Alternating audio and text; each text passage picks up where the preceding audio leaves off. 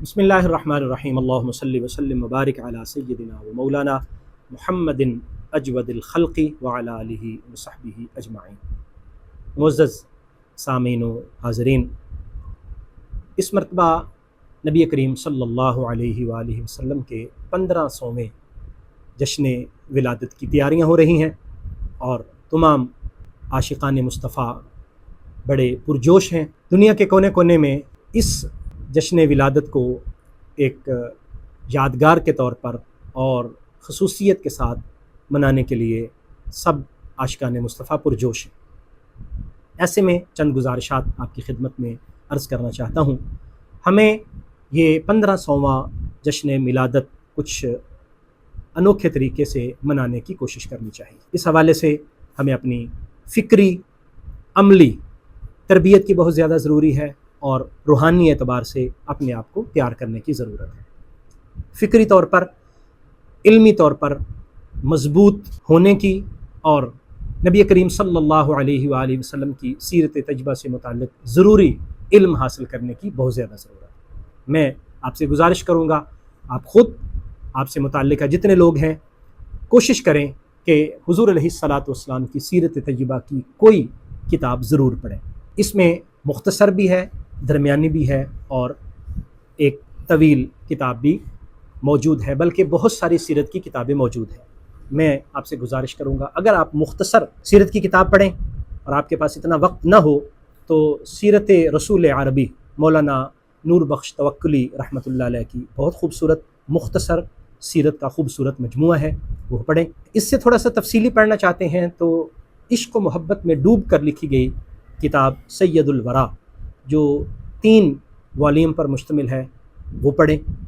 اور اگر آپ مزید زیادہ تفصیل سے اور نبی کریم صلی اللہ علیہ وسلم کی سیرت طیبہ سے زیادہ آگاہی چاہتے ہیں تو سیرت رسول اکرم صلی اللہ علیہ وسلم کے موضوع پر لکھی گئی خوبصورت کتاب ضیاء النبی ہے، جو جسس پیر محمد کرم شاہ الازہری رحمۃ اللہ علیہ کے قلم سے لکھی گئی خوبصورت کتاب، جس کا ایک ایک لفظ جو ہے وہ عشق و محبت کی داستان رقم کرتا ہے اور ہماری روح پر اور ہمارے ذہن پر اپنے اثرات مرتب کرتا ہے۔ آپ اپنے وقت کے مطابق، بلکہ وقت نکالتے ہوئے ان سیرت النبی کی کتب کو ضرور پڑھیں تاکہ ہمیں حضور صلی اللہ علیہ وسلم کی سیرت طیبہ سے آگاہی ہو۔ اپنے ماحول کو حضور کی سیرت سے روشناس کروائیے، اپنے گرد و پیش، اپنے ساتھ متعلقہ لوگوں کو حضور کی سیرت سے آگاہ کیجیے۔ اپنے گھر میں روزانہ کی بنیاد پر کوئی وقت مقرر کیجیے، 15 منٹ، 20 منٹ، آدھا گھنٹہ، اس میں ایک تلاوت اور ایک نعت کے بعد حضور کی سیرت طیبہ کے مختلف گوشوں پر اپنی گفتگو کیجیے، اپنے بچوں سے گفتگو کروائیے۔ حضور صلی اللہ علیہ وآلہ وسلم کی سیرت سے آگاہی حاصل کرنے کے لیے بہت خوبصورت یہ عمل ہو سکتا ہے۔ حضور صلی اللہ علیہ وسلم کی سیرت مبارکہ کو عملی طور پر اپنانے کے لیے آپ اہتمام کیجیے۔ ہم کون سی حضور کی سیرت طیبہ کے پہلوؤں کو اپنی عملی زندگی کا حصہ بنا سکتے ہیں؟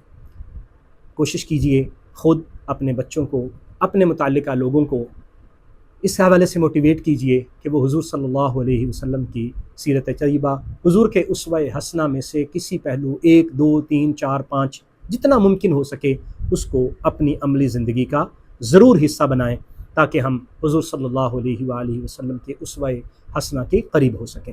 سوشل میڈیا پر نبی کریم صلی اللہ علیہ وسلم کی سیرت طیبہ سے متعلقہ اتھینٹک مواد فراہم کیجیے۔ سنی سنائی باتیں یا کہیں سے شیئر ہوئی باتوں کو بغیر تحقیق کیے آگے مت پہنچائیے، اور اس حوالے سے جو لوگ حضور صلی اللہ علیہ وآلہ وسلم کی سیرت طیبہ کو کمزور کرنے کی کوشش کر رہے ہیں، ان کی حوصلہ شکنی کیجیے اور ڈائریکٹ حضور صلی اللہ علیہ وسلم کی سیرت طیبہ سے جڑتے ہوئے خود پڑھیے اور اپنے پڑھے ہوئے جو الفاظ ہیں ان کو پوسٹ کا حصہ بنائیے تاکہ آپ کو بھی پتہ ہو کہ آپ نے حضور صلی اللہ علیہ وسلم کی سیرت طیبہ سے کون سا متعلقہ مواد پڑھا اور اس کو آگے شیئر کیا۔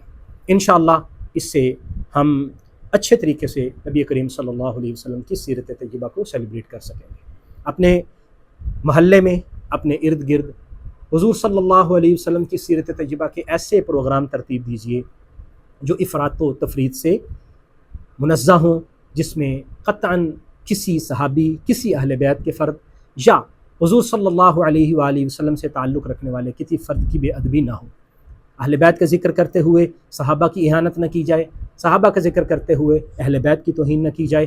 اسی طرح حضور صلی اللہ علیہ وسلم کی سیرت طیبہ کا ذکر کرتے ہوئے حضور کے ادب کے پہلوؤں کو ملحوظ خاطر رکھا جائے۔